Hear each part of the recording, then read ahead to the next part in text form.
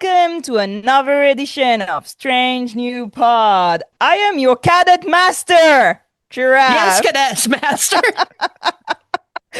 and I am joined by the best faculty this side of the Golden Gate Bridge, Dean Hawk. He's already Hey, busting cadets dealing in self-stealing same bolt. That was those hard to say, sorry. Near the cafeteria. And Professor MC is here. The rumors going around the academy say that you may be the mysterious writer in the Gazette of the Academy, XOXO Vulcan Girl. I'll never tell. You'll never tell. Welcome back. And well, Happy New Year. I know it's the second episode, but it's technically the first time I see you this I year. know. Ah, Happy how are New we Year. doing? Doing all right. All right. Yeah, All right. Excited for the second episode of the Academy? really am actually. We are back after the premiere of the Starfleet Academy. For us, it's actually the first episode we're recording. Timey-wimey. That's why I feel weird like this. So weird. But we hope you're still enjoying the show. Today, we're going to review episode 2 of Starfleet Academy Beta Test. What a cool name for it. It's a good An name. episode. Written by Noga Lando and Jane Max, who also wrote on Picard, and directed by Alex Kurtzman. With the start of the new Academy year, Caleb's unease about his future at Starfleet Academy persists. But when a delegation from a former Federation ally arrives, and Caleb is tasked with showing their leader's daughter around the campus, he must put his uncertainty aside to discover what life at the Academy is really about.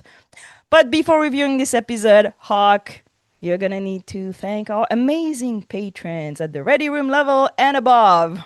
Yes, absolutely. Thanks once again to Simon Stager, Jeff Reeve, Tallulah, Jen Stein, Tina Alexander, Joe Saporito, Kang Wee, Takako Nagumo, Fernando Nogales, SMK, Colin Davidson, Shatterhand 2049, Jesco, Michael Graham, Emily and Travis, Maggie Light, Wayne Ritz, Scone of Arc, Sean, Jay Howard, Mahalani Uchiyama, Matt Harker, Joshua Lewis, Tara Pollen, Slope 74, Rude Parakeet, Adam Sanders, Amy the Magic Snail, Aaron W., Carl Angoli, Michael Kwan, Caitlin, Elizabeth Dean, Jim McMahon, Sedano 317, Puka Hair, Three Fries Short, Cat Tip, Tripping the Read Alert Over a Pineapple, Sean Manning, Asher at the Bat, Chris Waterman, RHCB, Martin Simpson, Norman Buckwald, David Prime Hildebrand, Taryn J. Robinson, Rob Grinner, Eric the Red,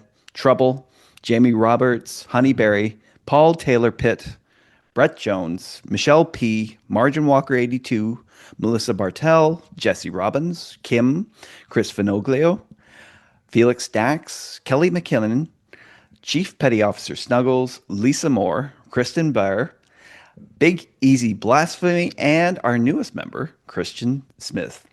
Thank you once Thank again. you, Yeah. everyone, and welcome to Christian Smith. And of course, a big thank you to our bad mirrors, our EPs, who make sure that the Starfleet Academy is still free for all cadets. Yes, education is free in the future and in some parts of the world. But in San Francisco, it's actually notable. It's a change, you know. We have to wait the 32nd century, apparently. Simon Stagger, Chris Waterman, Tara Pollen, Dana, Matt Harker, Jim McMahon, Maggie Light, Fef, and Michael Graham. Do we have any news? I don't know. We have any news? There's Not that I nothing can on the think of. outline. Yeah, I no. suppose we all talked about the Starfleet Academy premiere in New York. It's very fun. I'll say more during the live, I suppose. So we can go directly to the Strange New Loop. I'm gonna do the noise for the whole show again.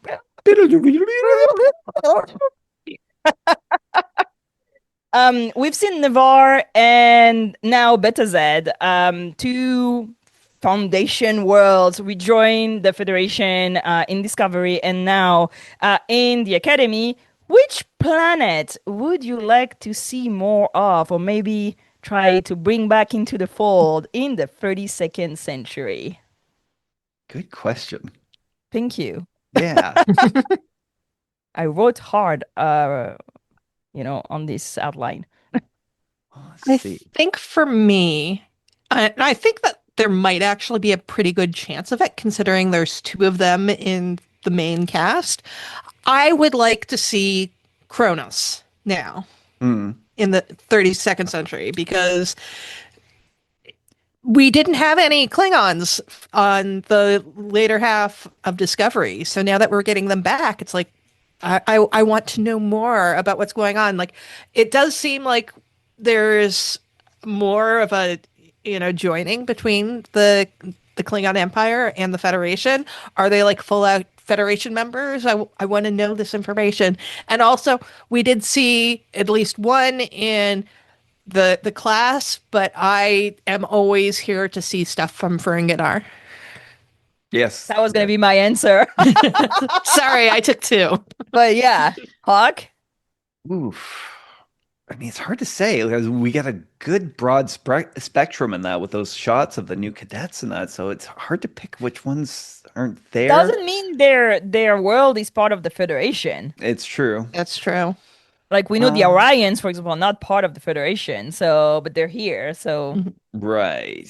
more internal politics. Like Ferengi politics are always interesting. I'm here for Mhm. Ferengi politics. Could throw a wild card out there and that. Hopefully the Binars are coming back. Ooh. Oh, Yeah. yeah, we have not seen live action Binars for some time. It's been a Okay. minute. Yes. It's been a big minute, yeah. I think it would be interesting to also know what happens to the Andorians because we see them in Discovery and they're like tied with the Orions, so we suppose they're not part of the Federation anymore, but they're founding world. So I wonder what's the situation. I don't think we've seen any Andorians in the Academy, have we? I don't think so. I'll have to go back and look at the footage and that. Like I said, I'm we not see a lot of certain. yeah, but that would have been my other choice in that because I don't really think one stood out like in that little montage. We've So, seen a Yeah, we've seen a Tellarite in Discovery in mhm. the Academy episode, but not an Andorian to my recollection. Yeah. So yeah, an Andorian. Cardassia would also be interesting because we've obviously Cardassia is a part of the Federation. I mean, like the president of the Federation is part Cardassian. Hmm. So obviously they've gone through like this huge political shift since we last saw them, and that would be an interesting thing to look at. I mean, I don't know how much it means that a world is part of the Federation if some of their representative are there or not, you know? Mm, And that is true, but president is such like a huge like Uh, I don't even know like the rules of the Federation. Like, is it like the United States where you have to be like a naturalized citizen to or like born within the Federation to become the president? I don't know. I hope the 32nd century is more lax on this. I I know. mean, that is true. In France, you don't have to be born in France to be a French president. They Oh, did also in the Starfleet Academy, this episode, there was one of the Elcars did have something about Cardassia on it. So, Oh, I think it's in the premiere when he's arrested. Calamir. I think there's like one of his like rap shit has the Cardassian symbol on it. I'm not certain, but yeah. yeah, I would like I'm pretty sure it was in this episode because I think it was behind Genesis. There was something about Cardassian cadets. so we'll see what we'll have in the academy, but I am here for political intrigue, like as we all are. So now let's go. Let's review episode 2 of the first season of Starfleet Academy Beta Test. So we're starting the fall semester, right? We're all back at the academy. Finally, we arrived in San Francisco on that beautiful song last episode. And we are here to welcome back the first class the first class back at Starfleet Academy. Nala Ake is giving her morning address, And her main message is make your bed, get to class in time. Tiny acts of service to your fellow cadet. Is that the new tuck in your shirt, never leave someone behind and go down with the ship? What do you think of this new motto for the new Starfleet cadet? Do you think this is giving the theme and the tone to the episode and the series in itself? Yeah, very much so, because, yes, it does feel a little bit like Janeway's, philosophy in life, but more centered and nurturing, which I think is more, with this environment, being a teacher, and that it's wonderful self-help actualization, methods, and that making your bed. Yes, get up in the morning and make your bed. It's like it's not just a duty to others, and that it's a duty to yourself, right? I don't make my bed. Sometimes I I do. forget to.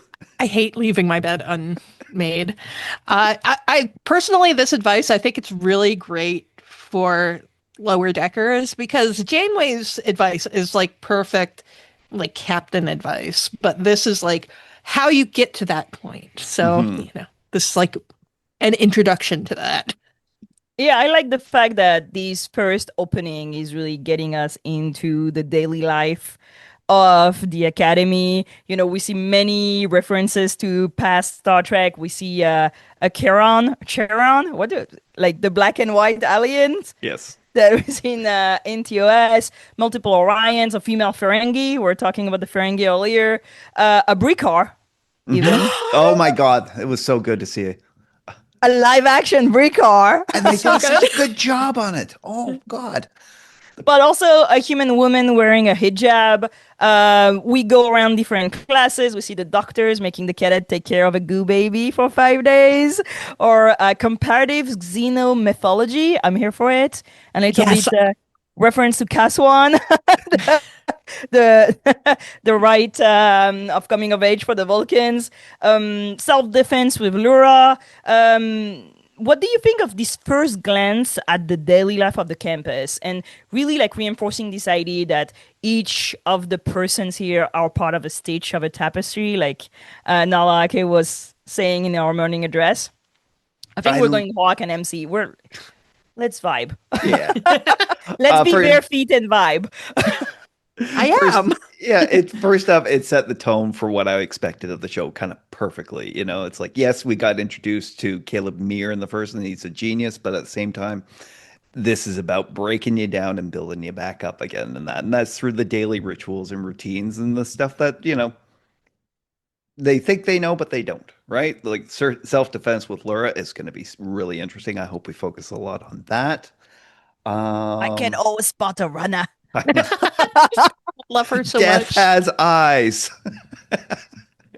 That's great advice. Everybody should remember that one. I had something else to say. I can't remember right now. So if you want to take it away, MC, go ahead. Comparative xenomythology. I need to take that class yesterday. Like, Mm, that sounds so freaking cool. And yeah, I do think this is really reflective of all of the different planets in the Federation, all these different cultures, more so than we've seen previously. And I really appreciate that. One thing that I have gotten from this show in just the first two episodes than any of the other times we have seen Starfleet Academy is that it is a multicultural place. There are just so many aliens that are in this. Like, actually, and then this is way jumping ahead, but when the doctor is singing opera with that yes. alien, and it's like the alien from the Kelvinverse. Yes. And I mean, I know it's not actually from the Kelvinverse, but that's the only place we've ever seen this alien before. And also, just such a chef's kiss design. From Beyond, right? Hmm. Yeah. Yes. Yeah. Was it Chekhov was flirting with her? Hmm. At the Yeah. bar. Yeah. And I just adore this that they've actually like put time into all of this because I have always kind of railed against Starfleet being so human centric. And I'm I going to talk about this so much during this episode. yeah. Yeah. Yeah, and I think particularly in a post-burn world where Starfleet Academy is just coming back to Earth after the United Earth was out of the Federation for a long time. I could see Starfleet becoming less human focused. So it's greatly appreciated. And I'm going to say this a ton of times throughout all 10 reviews, I'm sure, but the production value on this is just so Come good. on, like Hmm. the sweeping arcs, like around the academy, just oh, I mean, everything. yeah, I put that at the end, but because I wanted to really address like the incredible set design, the costumes, the trinkets, like the Ripley Cafe, the signs. Like there's a craftsmanship in every single thing we see on set that is insane. Like her chancellor Aki. office is gorgeous. Like Frank Lloyd Wright's stained glasses, the fireplace, the little couch with the green deltas. It's incredible the work they've done on the series as a whole to have these visual identity that we see through. I want to wear everything they wear. I want Yeah. that Yeah. jacket. I want those things. Like it's incredible how you zoom in and you have even more details. Like nothing is boring. The whole ship is gorgeous. It's really a production design is incredible, I feel.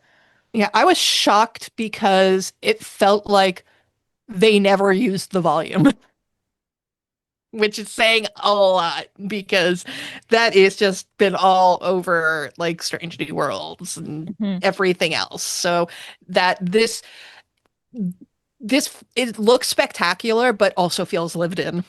Yeah, Yeah. it looks like real sets. I literally was Googling her office windows because I was like, there is no way this looks like a real place that they shot in. And I don't think it is. I think they just built everything, but it's really impressive.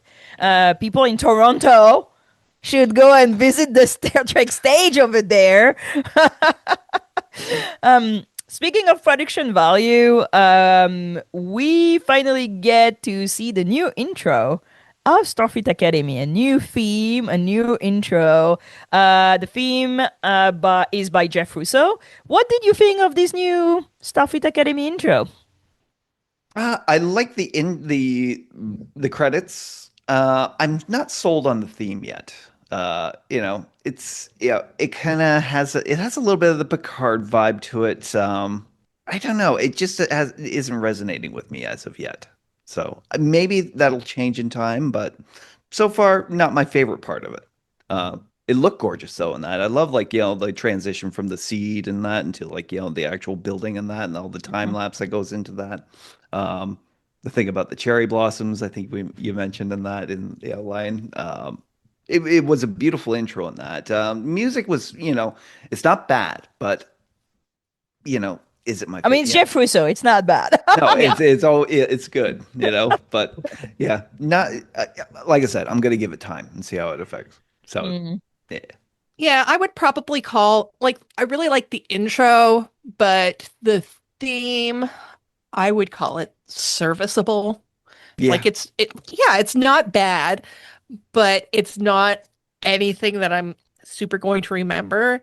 And if I just heard it without seeing the actual credits, I might think that it's the Picard theme because they do have some very similar vibes to it. And yeah, Jeff Russo's great, but I don't.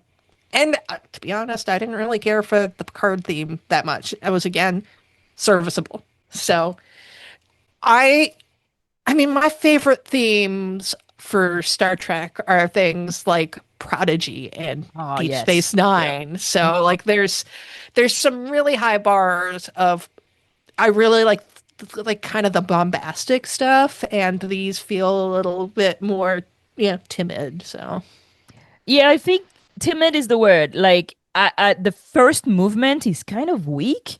I was like, where is it? I was not sure the music had started on the streamer, on the screeners. I was like, wait, what? Um, I really like the second movement of it when it picks up and you get more of like the Star Trek, theme with the brass coming in. And at the end, you can hear the disco theme also. Hmm. At the end of it, you can like hear a little like a disco tune. Um, but I feel that the choice, I didn't like it so much. I agree with you guys. I was like, it's not memorable. I didn't like when I heard the disco theme for the first time, I literally was crying. I had not heard a new Star Trek tune for so long. And this one I was like, where is it going? Where is Yeah. it resolving? And I kind of like the fact that they didn't go for the big epic tune like Voyager or DS9 because that's not the feel of the show. Yeah. Yeah. But I'm also kind of disappointed that it's not more, I don't know, happy and memorable, or it's too soft, I would say, Yeah. to my liking at least. And for the visuals, they look too computery to me. That is true. I would actually agree. Okay, so I'm going to throw out a controversial hot take, but considering they're going for a, teen drama but Star Trek feel, this is the Star Trek that should have had like a pop theme tune. I agree. I agree with you. Yes. I feel maybe not necessarily singing, but a little bit more electronic. Yeah. Yeah. Something a little more youth oriented, I would think, right? Even like Lower Decks has a little bit like more youthful kind of theme to it, while being very epic still with the ship, going by. I like the fact that they didn't have like that visual with the ship flying, but Hmm. the story of the seed and the tree and then the tree blossoming in the academy. I think it's very beautiful, but I think it's kind of, yeah. I know it's not a real seed. I know it's not a real tree. Like I was literally thinking, is this AI when I watched it the first time? Hmm. Which Because it is had that like blurry feeling to it. I have to say that it grows on me, especially the second part of it. Yeah. But yeah, it's not as popping as the show in itself. I so think the tree grows on you. Wah, wah, wah. I I like the idea of the seed blossoming. I feel I'm gonna say that a lot during this show Yeah. and these reviews, but as an educator, these show speaks to me to a very personal level. I think they depict the the joy and the constant curiosity that you have in a school where you go to each room and there's something exciting going on and somebody's talking about something super interesting and you're learning at each corner and you meet new people that know things that you have no clue what they are. So I feel they translate this very well. So I like in the idea what they're trying to do with this theme, but it doesn't speak to me as a Trekkie. Does that make sense? Totally understand that. It does. Well, I we'll mean, like, see. yeah. I mean, I kind of get like how you mentioned how the second act, the second part of it tends to, bring it more into focus than that. I guess the theme was to start with, as little as possible and build on top of that because I found like the rhythm actually changes about like 30, Mhm. yeah, about 10 seconds in. And it's like, oh, because it layers and layers and layers until finally the crescendo. So in that way, I think it was effectively kind of, it services the title credits. Yeah, I think it works for what they wanted to do, but doesn't speak to my heart. Yeah, give it Yeah. time. We'll give it time. We'll give it time. It's like Enterprise. Maybe we're gonna, Stockholm syndrome into it. That was mean. I'm sorry. So with this first episode, we are going to study and see relationship growing between the cadets, the teachers, the instructors. The first drama starts because they're gonna know who they're rooming with. So Caleb is rooming with Raimi. We see Laura, Nala, and the doctor, and their relationship also. Uh, I don't want to say growing because I'm not sure this relationship is growing, but we see also like the staff, the faculty interacting with each other. Good advice from Genesis to not date anyone in the first 6 months because that is when you see who is a psycho. And nobody's going to take that. I Oh don't no. know. I'm with Genesis on this one. I take my time. I want to see Yeah. who's the psycho. I feel like nobody's going to take it. No, I but feel yeah, like they're she's not kids. going to take it. Yeah. I think she's okay. I think she's gonna take it. We can do a bet. We can bet. We can bet, yeah. She's smart. My girl is smart. We learned that the dots have names. Carl, Stanley, and Miranda. Are we in a Star Wars situation with sentient robots? Let's see. What do we think of all those little school dramas and relationship being the backdrop to the bigger political plot of the episode? I love the background stuff. I was one of when we were talking about wants and don't wants. We were discussing, like the romance angle that is so obviously going to pop up with these kids and that. And like so far, I've been bracing for it because, like, as I said, it's not fair not to ask them to explore it because, yeah, these are kids and they're gonna kid. But so far, I'm into it. I love the whole thing with the the roommate situation.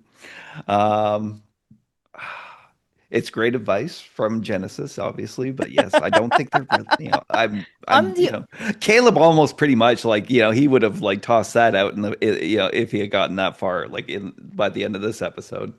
Um, you I know, like that he thinks that he's gonna room with Genesis, which means that the gender separation is not necessarily a thing in the academy. you're right. There's that and also wishful thinking. I don't know.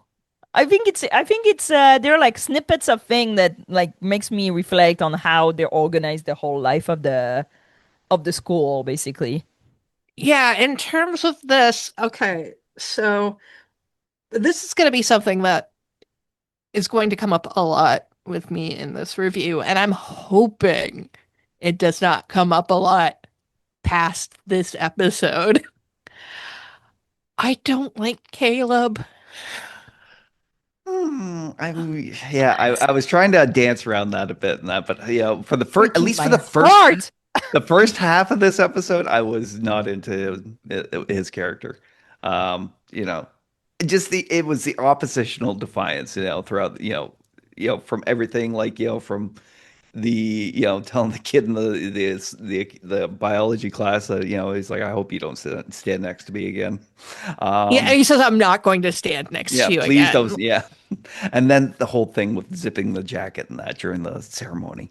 Yeah, no, there's just You guys don't work at a school. no, I know. Here's the thing. It's like I get that that's what real teenagers are like. Yep.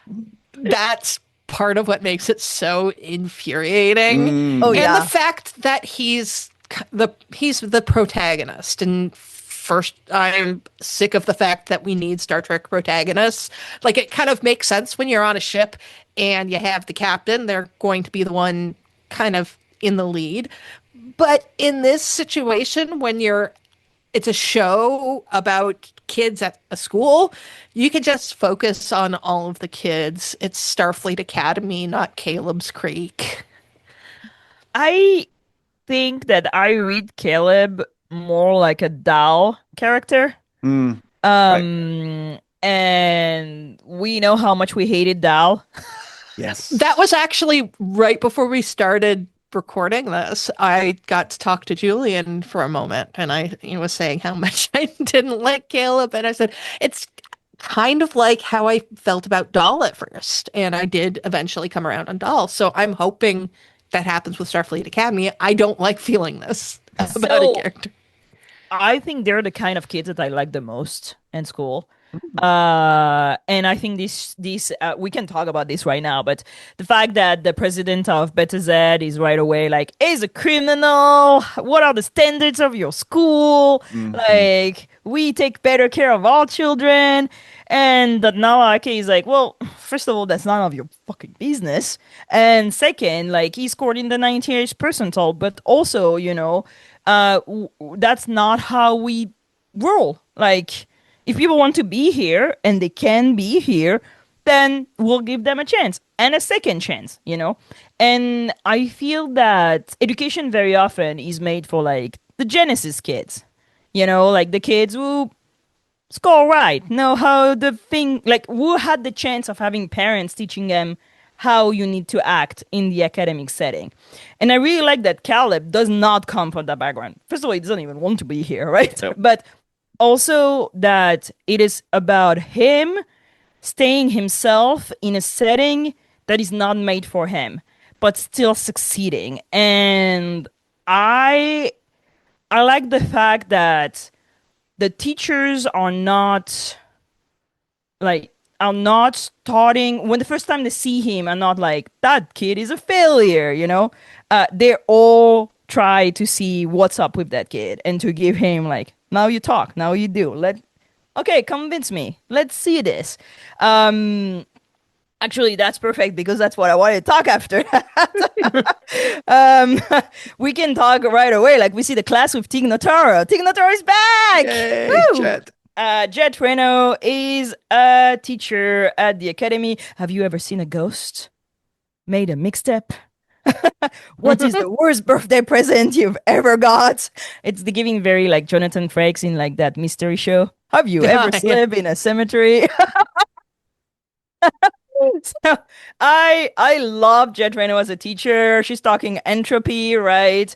But still definitely an exposition episode, so we get to also remind everyone who is Jet Reno, why she's here. Remind people that Um, she wasn't on Strange New Worlds. that she's not on Strange New World. And she has to deal with Caleb, who, is trying to deal with shit, aka finding his mother. What did you think of Jet Reno as a teacher, but also like that whole interaction with Caleb? With Caleb, for me, was very interesting and very telling of what kind of school the academy is. It was a great reintroduction to Jet, and it was perfect for Tig.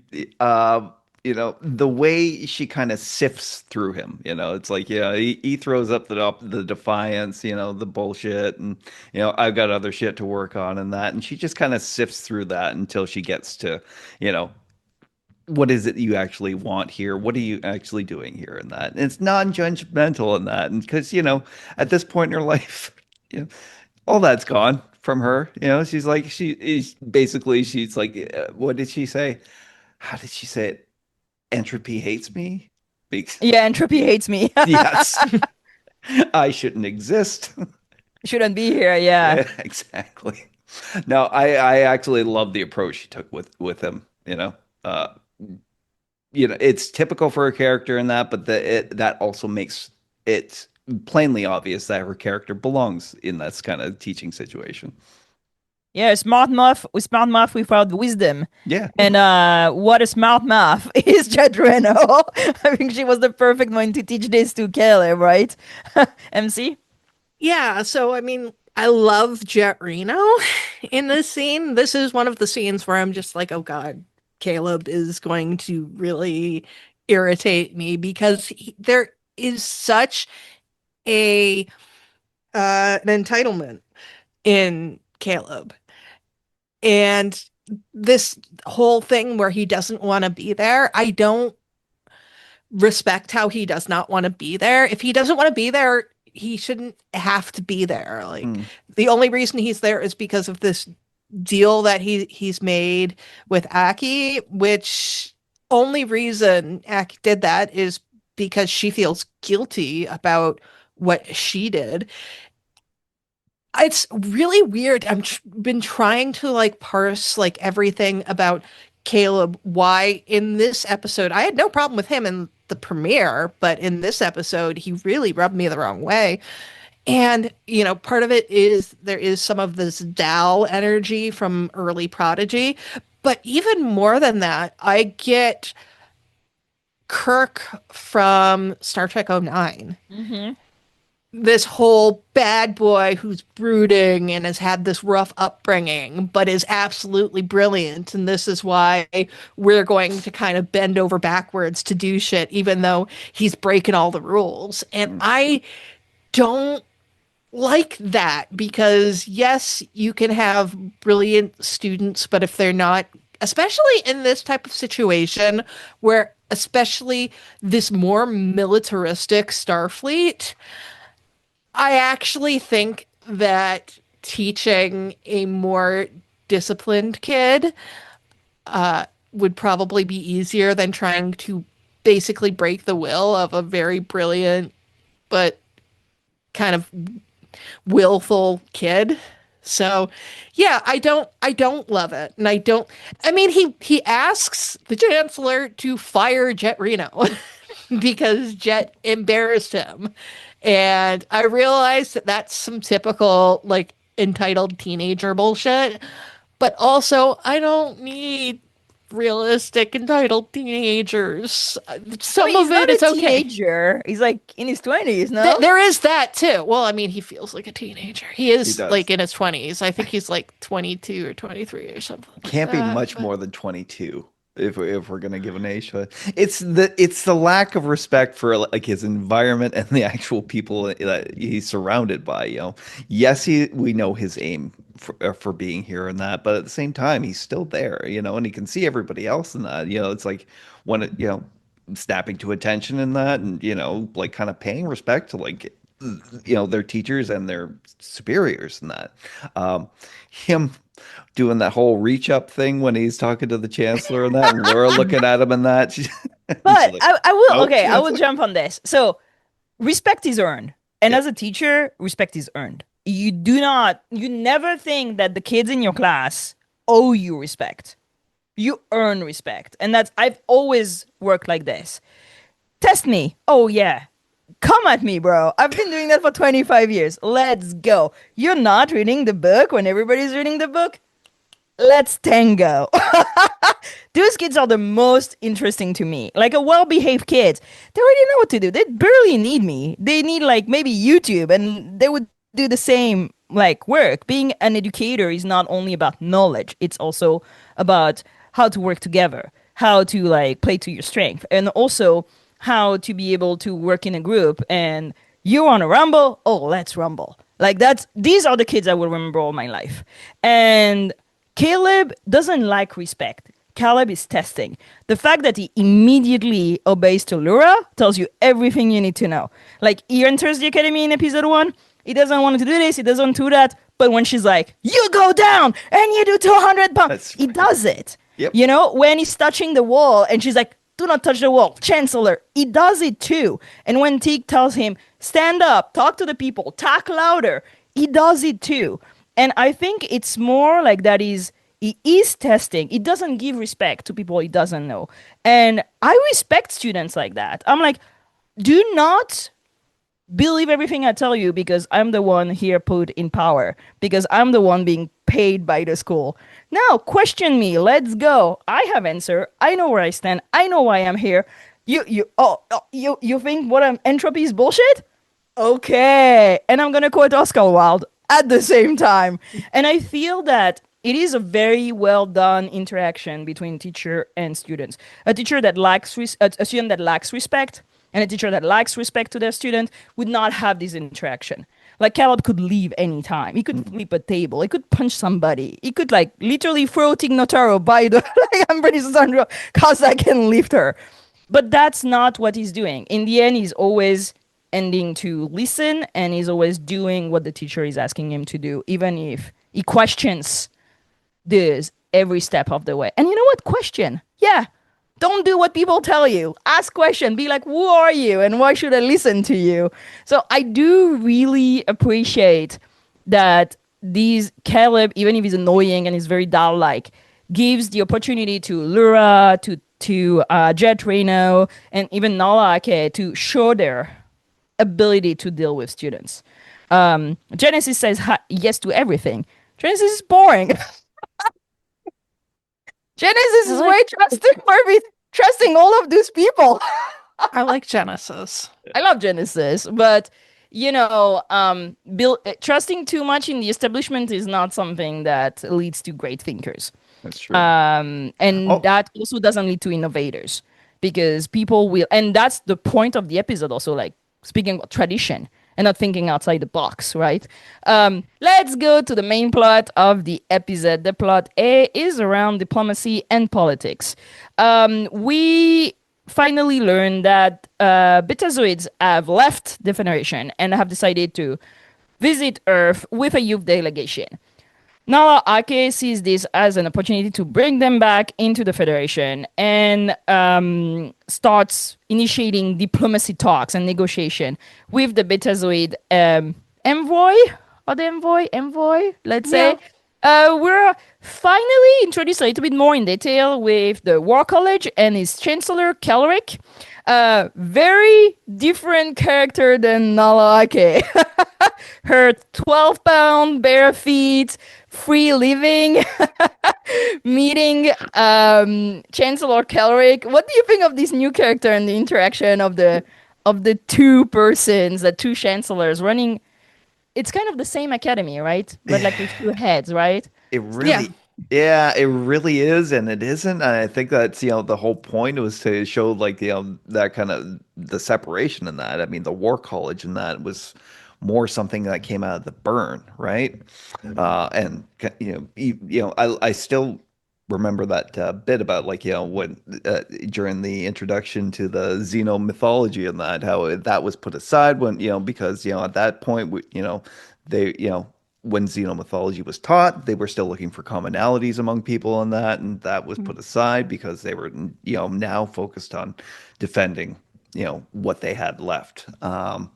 Kelric as a character is kind of, yeah, he's meant to really show the opposite of what Nala is.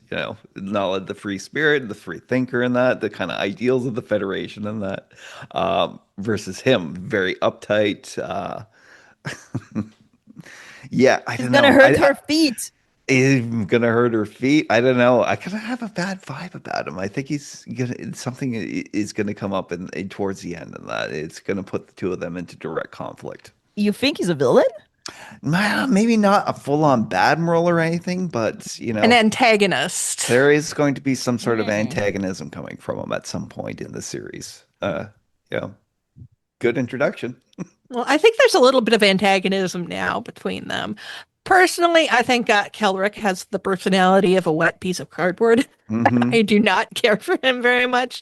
And Aki, I loved her outfit in this, and this whole her not being able to sit properly, walking around barefoot in like this very casual outfit. She's so neurodivergent and queer coded.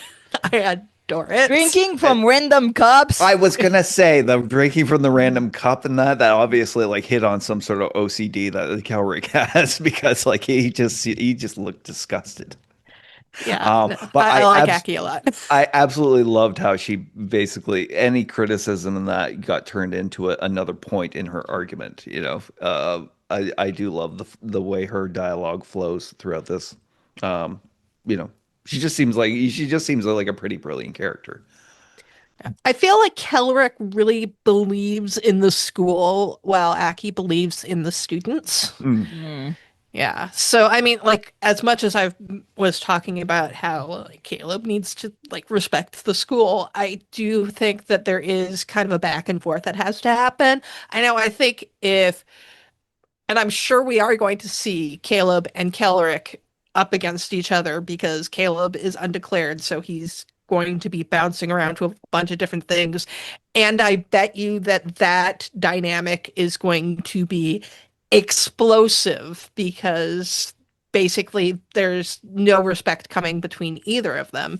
And Aki does, is very much trying to nurture Caleb more than anybody, but all of the students. So yeah, I think that that's going to be. I don't think that Keller's going to be evil, but I do could see an antagonism in him where he does not appreciate the students. Maybe that there is, because he is part of the war college, there's more aggression in what he's teaching people in a time when they're trying to get back to the post-burn identity of the Federation. So you think that being interesting? I didn't think about that. That being undeclared could be undeclared between academy and war college. Mm-hmm. Possibly, yeah. I thought it was just undeclared between like command, science, and operation, basically. So he Well, was taking all the classes. Yeah, well, But I yeah, feel that could be. with Caleb as the main character, they're gonna want to get him into the war college so that we can see the war college. Yeah, I don't know. They're not. I think they're not. They're not wearing the same uniforms, right? They are not. Yeah, that's true. Yeah. I don't know. I'm like I'm here for the war college. Like I think it's interesting to have this more militaristic side to the academy, which is funny because Starfleet is not the military. It kind of is. But I like Kelrick in the idea that it's a good. I feel it's gonna be a good sounding board for Nalake, who like is maybe I don't want to say too confident, but maybe too Maybe confident. too confident. Yeah, I could see Yeah. that. I mean, she's what, like 900 or 300, 400 years old. Yeah. That's easy to become confident when you've been So around that much long. that she doesn't have taste buds anymore. But I feel it's an interesting. I think it brings out the quirkiness and the different vision of education that Nala has. I think it's between him, Lura, and Nala. I think it's gonna be an interesting conversation going on about how to deal with the cadets, what to teach, what not to teach, how to do things. Because everybody is very open minded and everybody's like, yeah, let's try things. Then it's there's less conflict. So I feel it's gonna bring like some conflict. I hope they're gonna develop him more because right now he's kind of boring. I agree with you. Yeah. Just has a problem with feet, but I mean, who doesn't? Anyway, I don't like feet either. So let's talk about the Betazoids. The big plot of this episode is kind of a classic Star Trek plot. Diplomacy and cultures in contact. We learn that the Betazoid have left the Federation and that they are leaving behind a literal wall, a sonic wall, have gone no contact with the Federation and are doing their own thing with 130 planets behind their wall. Their visit with their youth delegation is opening the possibility of them coming back maybe to the Federation. What do you think of having such a political plot in episode 2? And what do we think of this negotiation going through the youth group? That's a new take for Star Trek on those diplomatic questions. Yeah, but I mean, they kind of built that into the story, and that the only reason that the Beta Zeds were here in the first place, and that was because of the youth movement.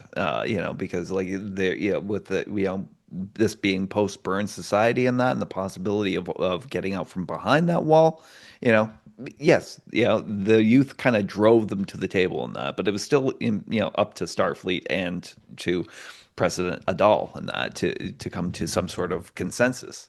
I did like I don't know, have we mentioned we haven't gotten to the part about with him being mute and that. Yeah, we can talk about this. Yeah, Okay. I was saying that after the meet cute, Yeah. we get to really see that President Sadal is deaf. He's not mute. I think he's deaf. He's deaf, yeah. And he's using this little like pod on his neck to be able to translate the signing that he does Hmm. audibly, which Yep. I thought was very interesting. He also signs with his children.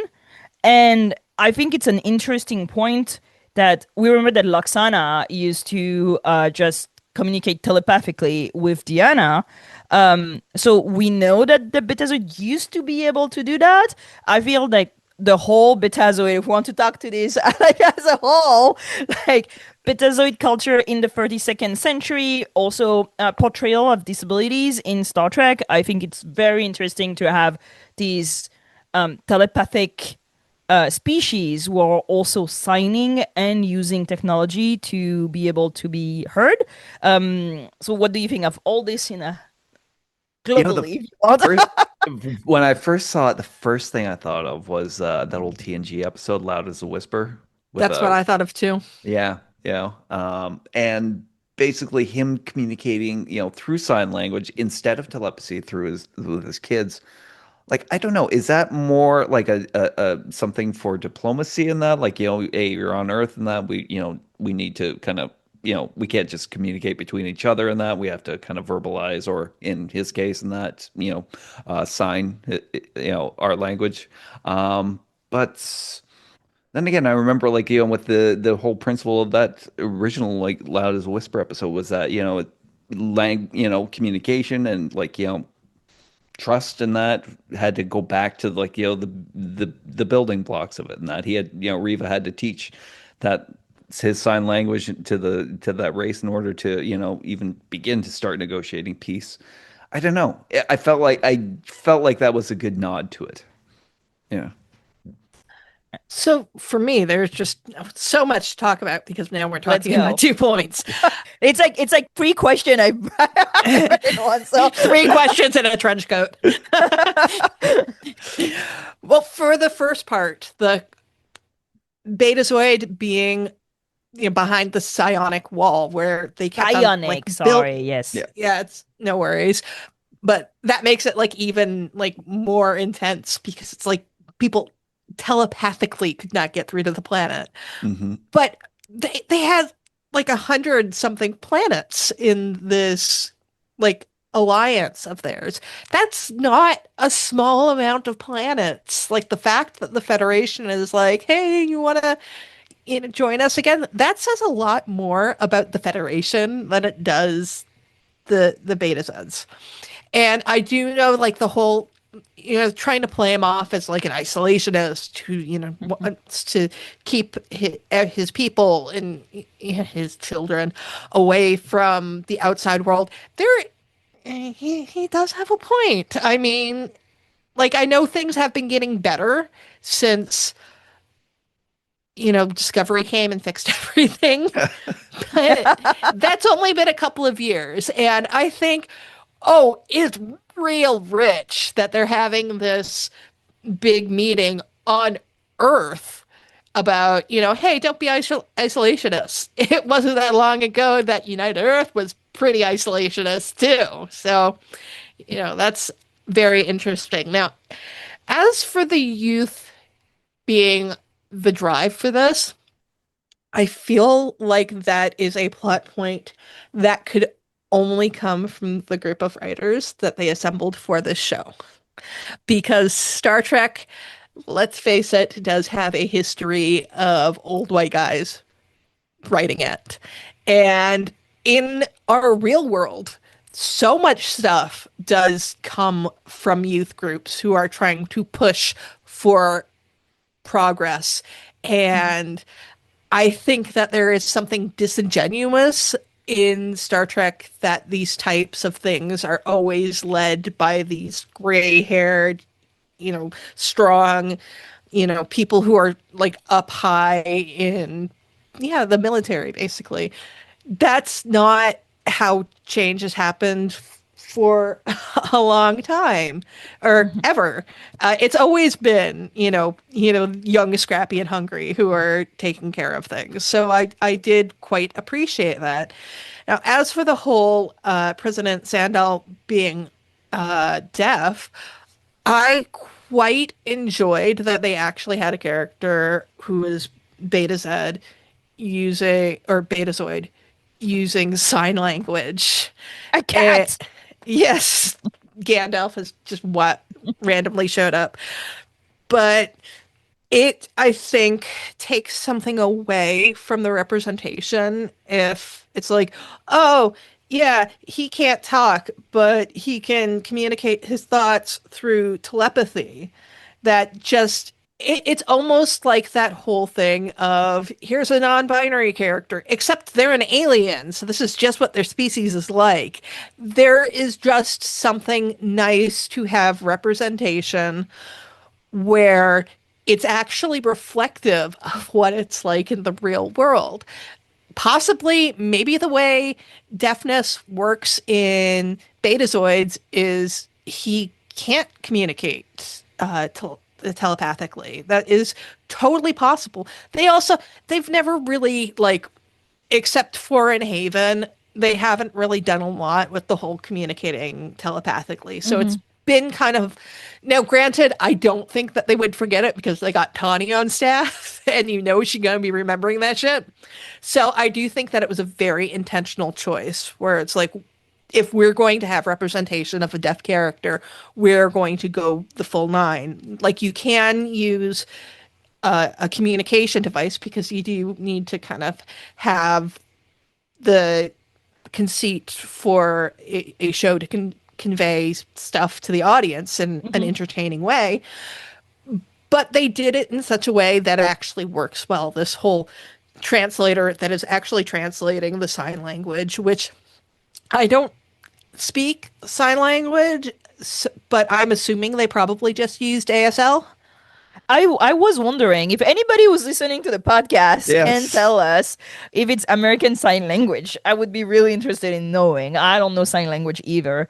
But yeah, I agree with everything you said. And sorry, I cut you out. No, it's okay. No, go ahead.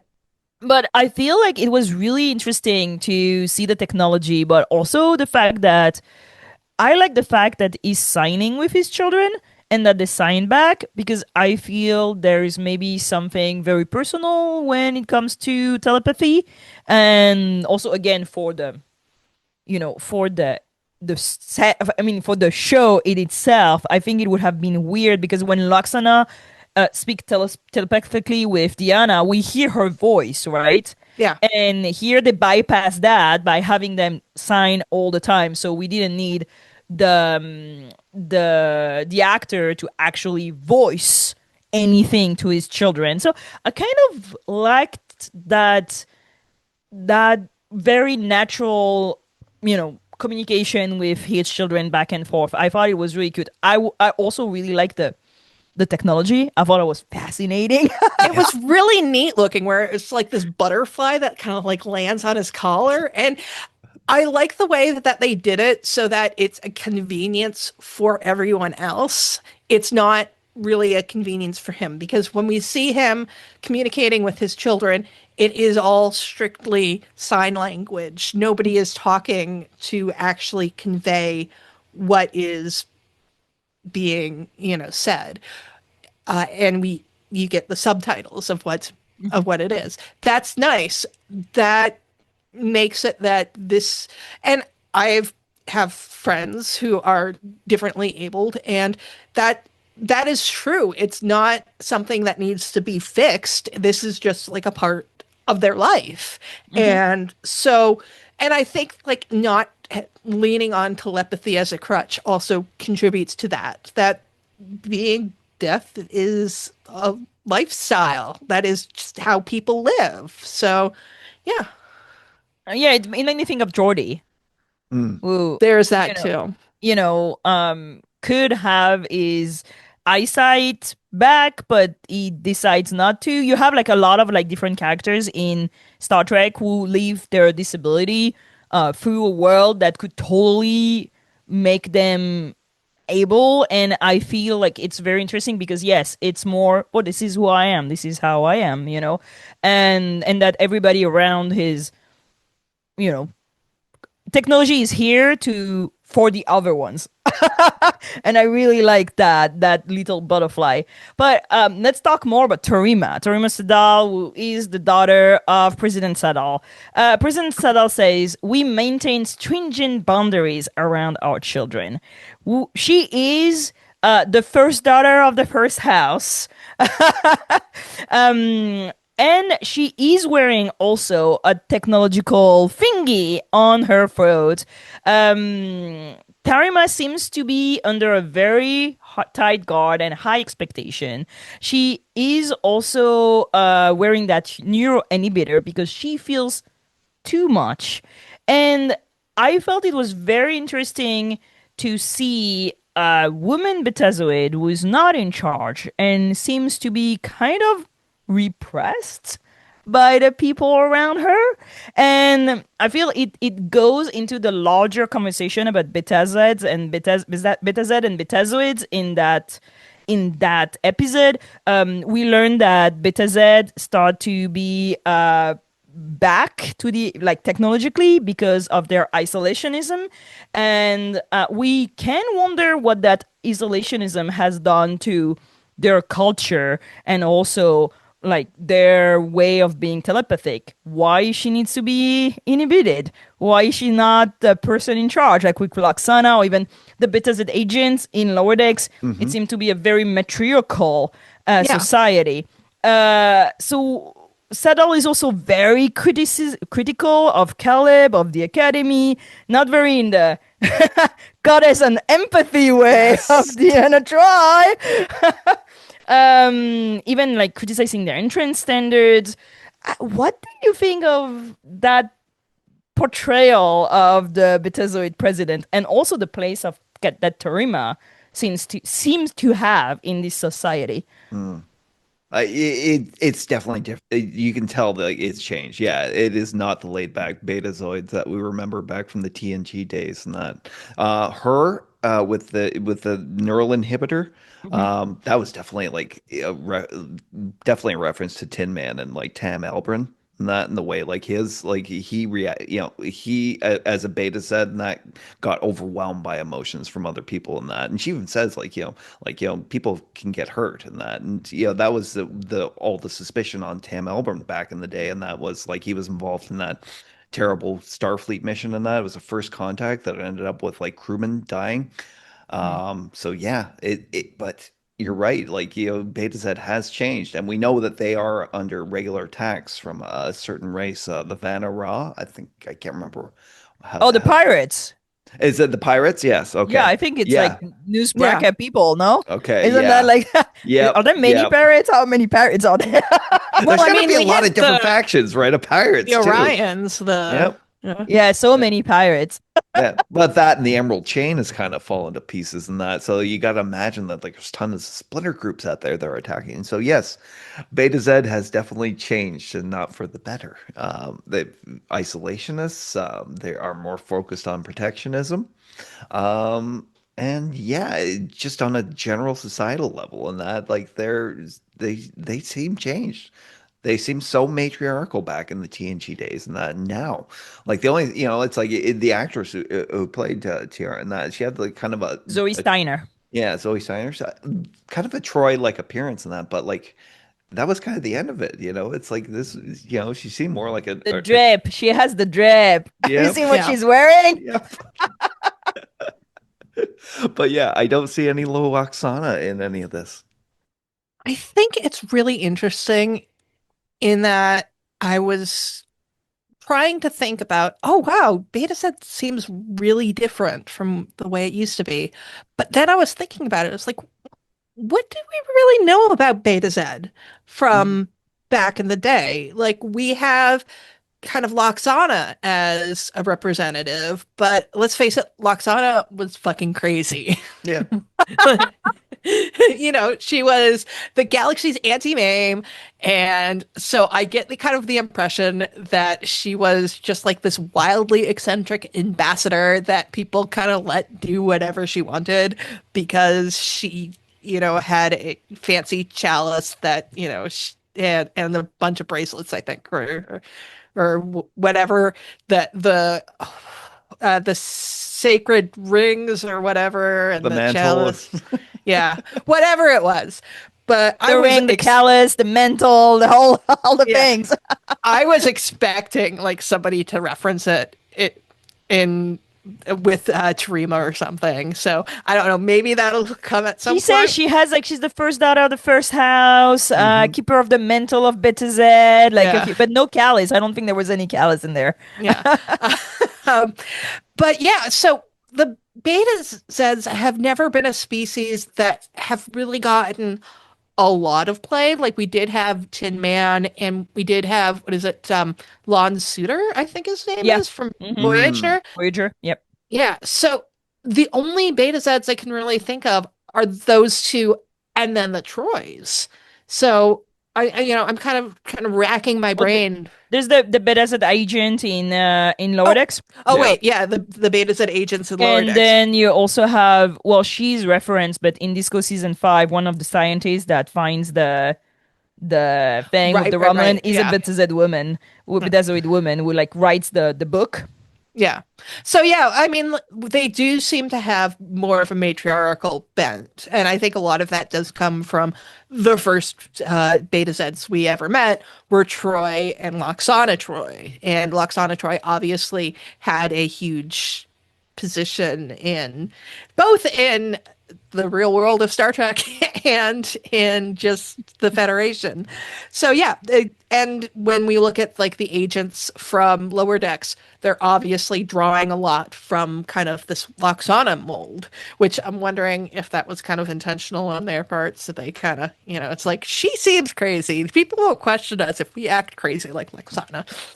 But yeah, I'm kind of going a little off base. So yeah, I found it interesting to see the Beta Z politics, even though I don't feel like this is something that we've really experienced before. It's just something that we're kind of intuiting from the past. And the neural inhibitor. This is so interesting to me Hmm. because I feel like there's two possibilities, and both of them could be very interesting. One, it's very, very real, and sometime this season she's gonna lose that inhibitor, Yeah, it was brought and up for a reason. something is gonna go wrong. Oh, it's Jacob's inhibitor, all right. Or two, she's wearing the inhibitor for no reason. Oh, that could Hmm. be interesting too. Yeah. That they're Yeah, just trying to impede her, basically, to not let exactly. her be Ooh. telepathic. But she does read Caleb when he's on the fence. But it is more of an empathetic thing. There's Mhm. only kind of, I would say almost the inhibitor is almost like an in character reason to make her more like Deanna than like a full-blooded uh Betazoid, Hmm. which is interesting. I, can understand that because this is how most people think of Betazoids because that's what we're used to. Yeah. But it does kind of cuts out. It's really hard to have somebody who's telepathic all the time around. Mm. So yeah, I don't know. It's interesting. And yes, she does really remind me of Deanna, especially in that last outfit she's wearing, where it's like the kind of maroon dress. It's like Oh, it's gorgeous for one. And I mean it's so much more revealing, but it did totally give like Troy catsuit. yeah, I think it was interesting how she was really set apart from the other youth group. Like, she definitely has some political weight, I would say, or like, or religious, or like some cultural weight. Like, she's really set apart. She's wearing different clothes. Um, she seemed to be very important to the And I mean, president even on compared top to of, her brother. yeah, yeah, even Yeah. compared to her brother, yeah. And I thought her character is very interesting. And so we get a meet cute, right, with Caleb, and let's talk about the romance. I know people were mad. I know people don't want romance, but I'm here for Caleb and Terima. He's chosen to show the academy to Terima and her brother because she tells him, "You're the only person not excreting Starfleet pride from every orifice." So they get to know each other, to see whales. The whales are always pregnant in Star Trek, apparently. Caleb, They're everybody, born pregnant. they're born pregnant like gerbils. But everybody's entering this negotiation with some agenda. Caleb wants to access information to find his mother. Tarima wants to experience some freedom and connection. What do we think of the flirting, of the getting to know each other between Caleb and Tarima? A little bit the lady and the tramp, but also very smart young people trying to find hope in a world that has disappointed them over and over again. Hmm. Galaxy is paradise. What do you think? I was surprisingly into it, the romance and everything, and that they look adorable together, and I love the whole thing. Like it reminded me of Dirty Dancing in a way. In that it was like the father trying to keep his daughter away from the bad thug, and that he totally gets the wrong impression of. So there was that. Do not put Tarima in the corner. Uh, and yes, the cetacean ops seemed great. I loved it. Again, another kudos to like the production design of the show. Um, I did love how it kind of got, their signals got crossed in that. It's like she offered to help in that. Him to locate the planet he was looking for, and that accessing the thing. And then, like, was that your intention all along? And then he got miffed, if I'm correct. In that, what did he get mad at her over again? Oh, she gets mad at him because she thinks that he was flirting with her Just to only get to the find information, Gotcha right? 5. Yeah. And he gets mad at her because she expects him to just trust her right away. And that's not how life works. And that Yes. she's being too offended by this. And I think he's kind of right. It kind of a little bit. I could Like, kind I of don't know see. I you. kind of saw his point, like at the end, and that. But yeah, no, it was just kind. It was great in so many ways. And yes, it was. There was a little bit of a callback to it too. Another callback to the Dauphine from TNG, Wesley and the one that they're escorting. I got that kind of vibe from it too. But no, I was actually surprisingly into it, and that, like I said, the romance angle is not something I was looking forward to in that, but at the same time, they seem to handle it with like really kind of like a deft tone in this episode, and with the direction of it and that, and I really hope they continue that going forward. Yeah, I liked Caleb a lot more with Tarima than I did in his other scenes in this episode. He was cute. They were cute together. Yeah.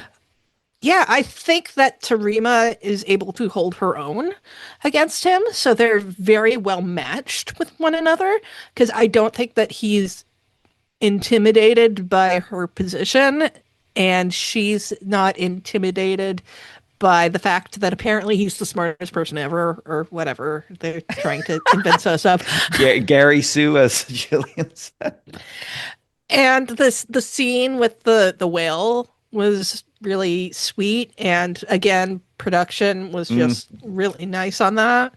And there's a push and pull between them. And I think I was the one person who was just like really on the yes, let's have, romances because we got so many letters from people that was just like, no romance. We I don't want the know. romance. And it's like, No. it's a teen, and I mean, I know they're Bunch of not all 20-year-olds teens. in college. Don't Yes, you remember college? they're going to fuck so much.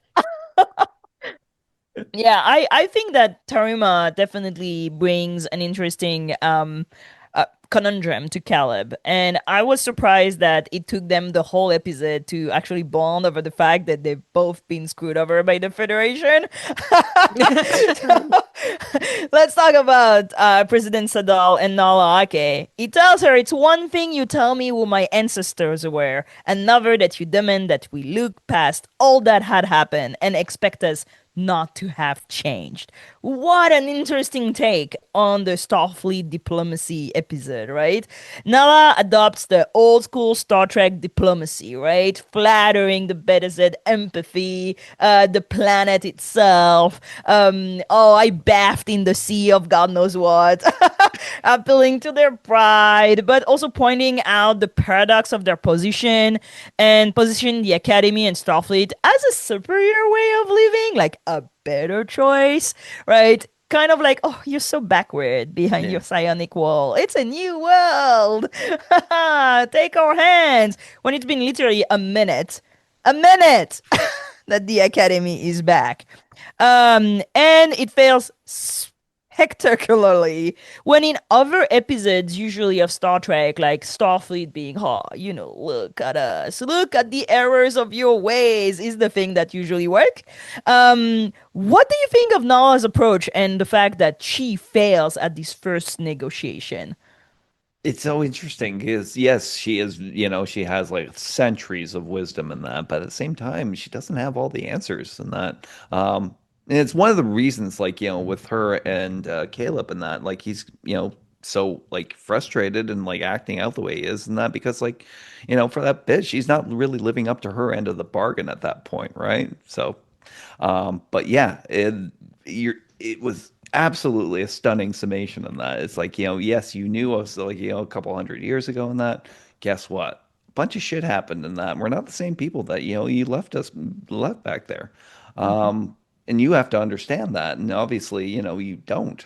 Um, and Sadal being like, an isolationist from the get-go in that, he was looking for an excuse in that. But at the same time, points are just like on par, right?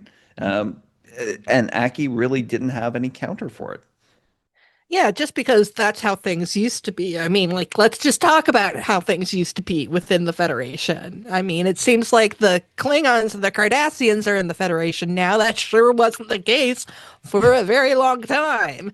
So, like, things change. And like I said earlier, having this alliance that is over 100 planets strong, that's not nothing. Mhm. So there is, I mean, shock beyond shock. The Federation is arrogant Yeah, that, right. they've been back together for like 5 seconds and they're like, yeah, you should come join us again. Why? Because we're cool again. Yeah, Because we're things are good going to people. change. And that's where I was a little bit critical of how Nivar came back to the Federation because it was also, well, they were also guilty of a few things, right? Here and there. Fair. But there's like a slew of things that happen. Like he explains how many people died, how often they get attacked, how they had to fend for themselves when the Federation basically drop them, and I think it's very like an interesting take on Star Trek for one point. Yeah, that the Federation is arrogant, and somebody is actually telling them no. I am not interested in this, and that's where Caleb and Tarima conversation comes into play, right? Caleb tells her the Federation, they're the villains in my story too, but you want a bigger world, and I think that's this like interesting bridge of the youth group who knows the past but also is looking for a better future and wants to see the world. Tradition stopping them from seeing what could be is really the theme of this episode. Finally, Nala and, oh, we didn't talk about Admiral, but he's here. Nala and Admiral find a solution to bringing back Beta Z into the Federation, which is to build the new siege of the Federation on Beta Z. Um, Addressing something that I know I've always been critical of is how Earth centric and American centric and Western centric Yeah. the whole Star Trek and Starfleet is, right? The siege of the Federation is in Paris. The Academy is in San Francisco.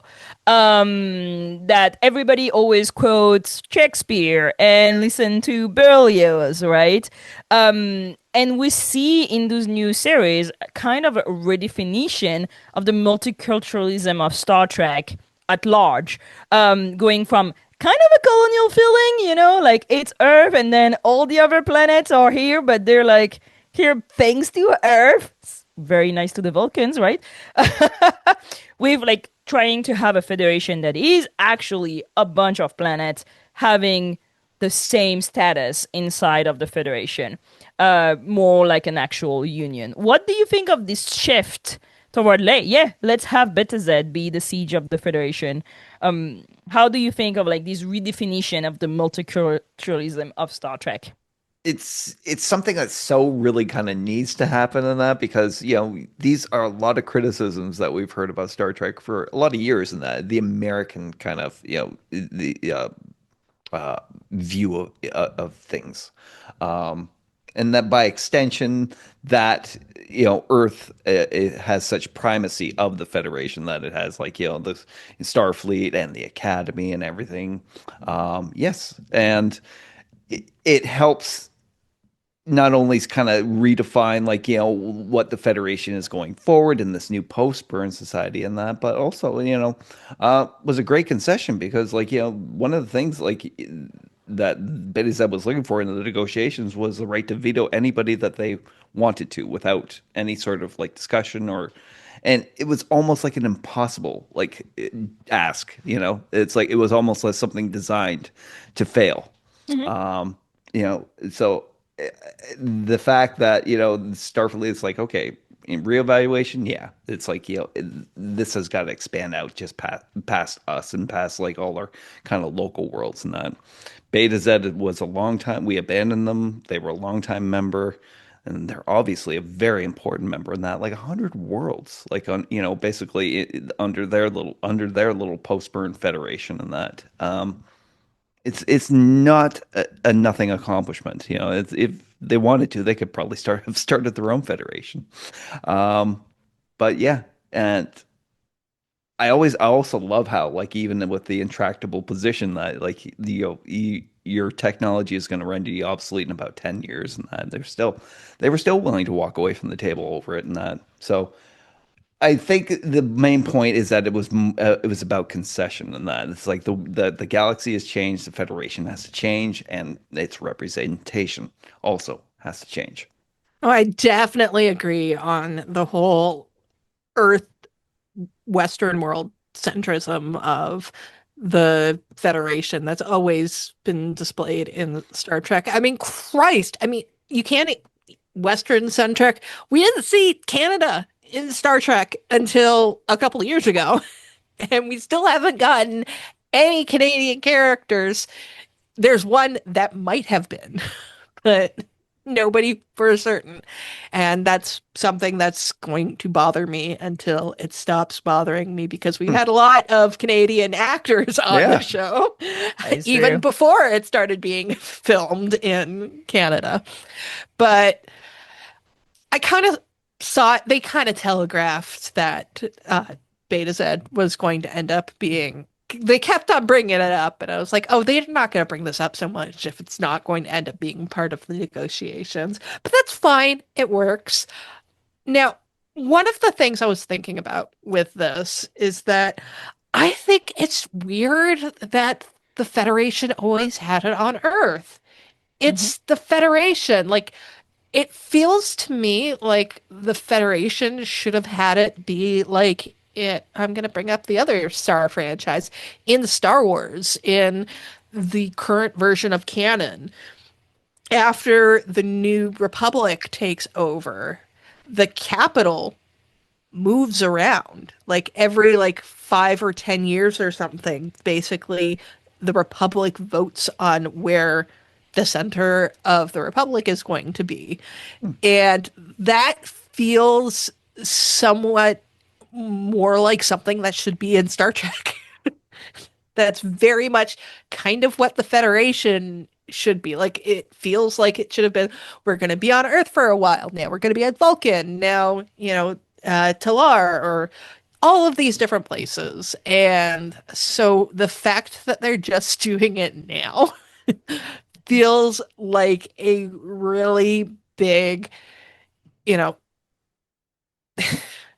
it's like really about time.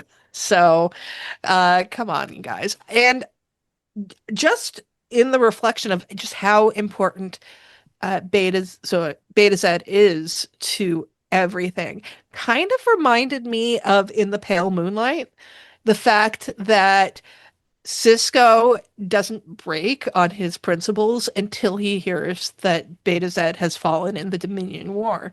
So it's clearly always been a huge planet. If we ever did, I mean, I don't want any prequels stuff, but if, I mean, they could put it in a book or something. Hmm. I would be interested to know how, Beta Z came to the Federation because it's obviously a very important world.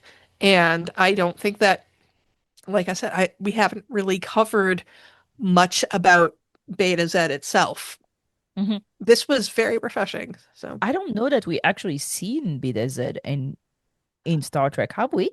is we might see it in flashbacks in the episode Dark Page, the one where we find out about Deanna's dead sister.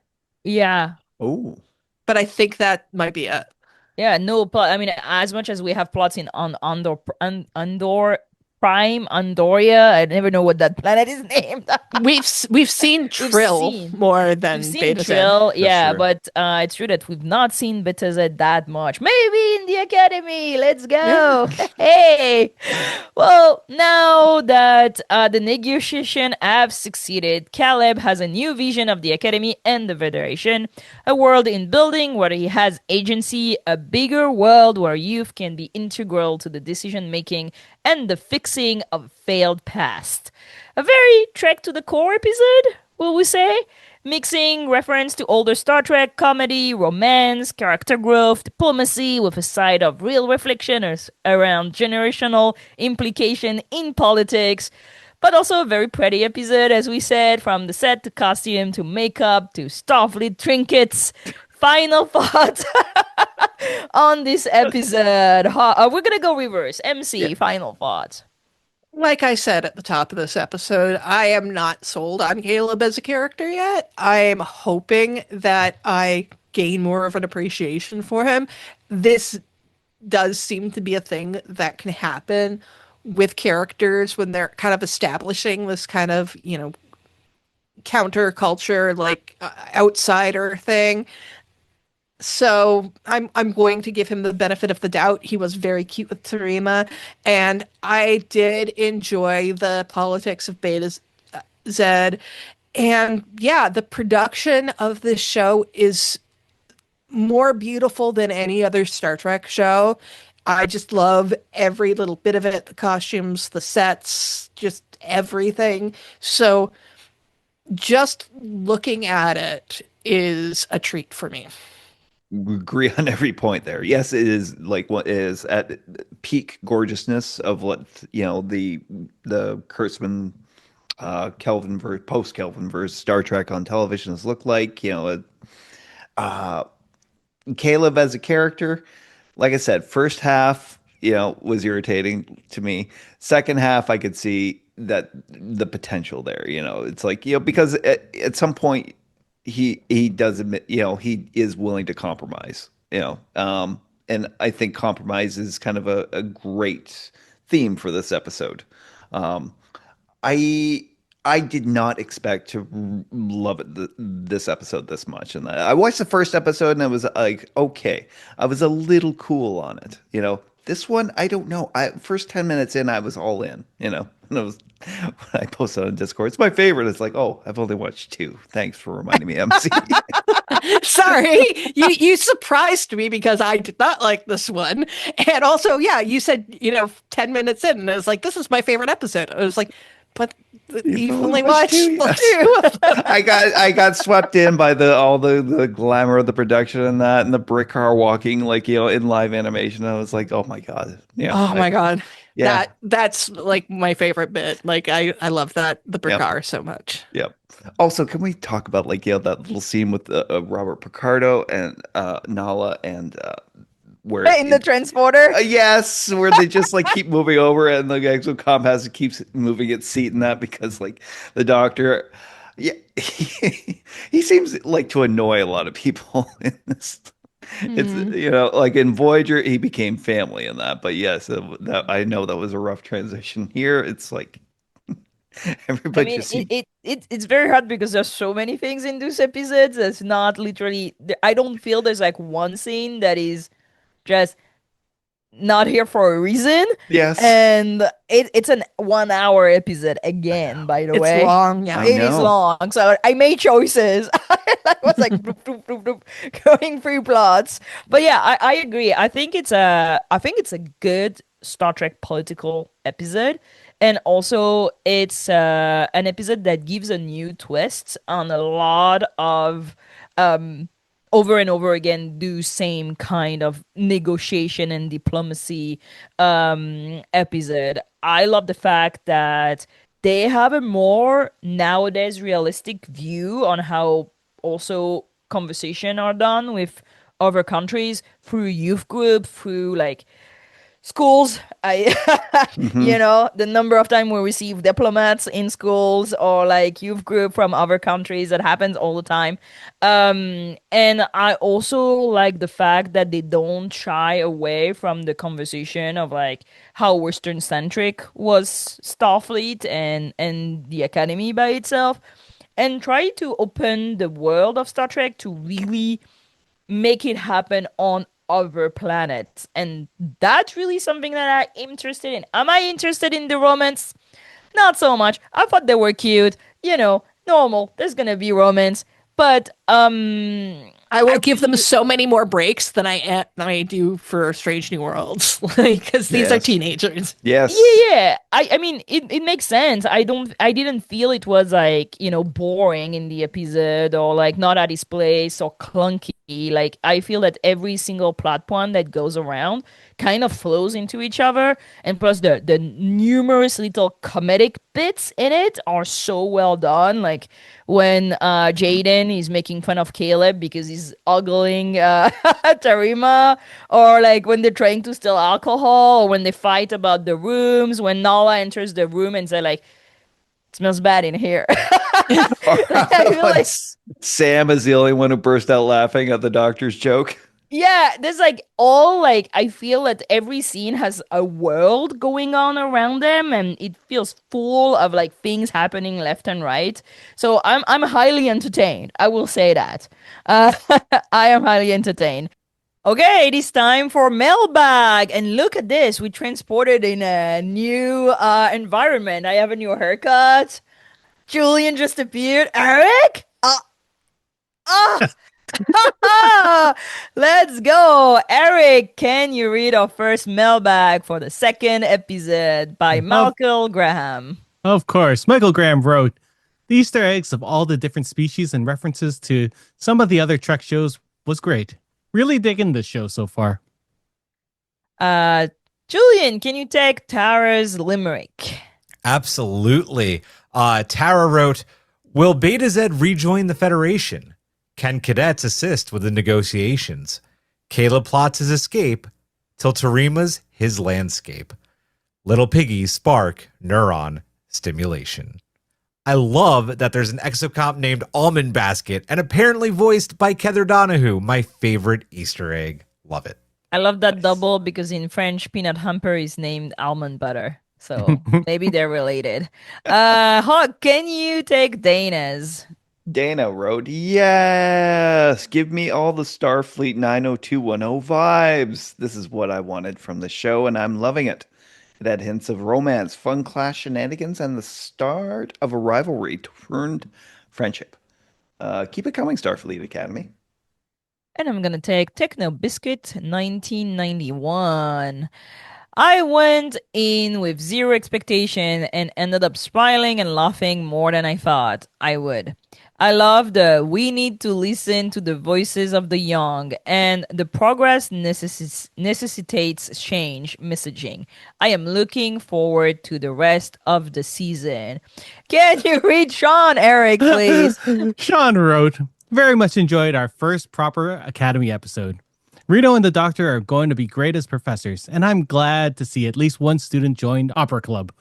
Again, the conversations about restoring the past and progressing into the future were fantastic as well, and I really enjoyed the dynamic between Caleb and Tarima. I find the War College choice interesting, and hope that's not the basis for some kind of heel turn for Tarima later in the series. The new roommate antics had me laughing at the end. And Julian, take us home again with Collins. Take me home tonight. No, I'm not going to sing. Colin wrote, I found only a little to like about 102. If Caleb is the point of every episode, I'm not going to like this show so much. Colin. Straight to the point. Straight to the point, Colin. I respect it. Yeah. This is the end. Thank you for joining the new minted SMP Chaos. crew at the end of the second episode. Join us on Thursday for a live review of episode 3 of Starfleet Academy. Live long and prosper. Sarcastic Vulcan salutes. Majram.